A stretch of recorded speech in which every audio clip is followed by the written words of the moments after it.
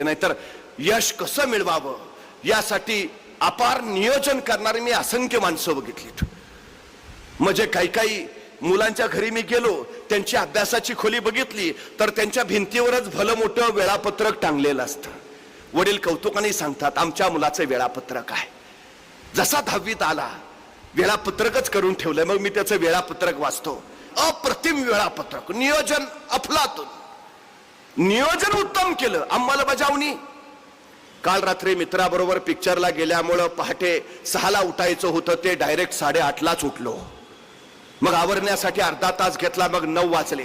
9 वाजता माझा भूगोलाचा अभ्यास करण्याचा वेळ होता, पण माझं भूगोलाचं पुस्तक मित्रानं नेल्यामुळं माझ्याकडे अभ्यासाला पुस्तक नव्हतं। मग वेळापत्रकानुसारच अभ्यास करणं बंधनकारक असल्यामुळं त्या विषयाच्या जागी दुसऱ्या विषयाचा अभ्यास करून चालणार नव्हतं। मग मी 1 तासभर खेळायला बाहेर गेलो, 10 वाजता परत आलो, मग शाळेला आवरून शाळेत गेलो।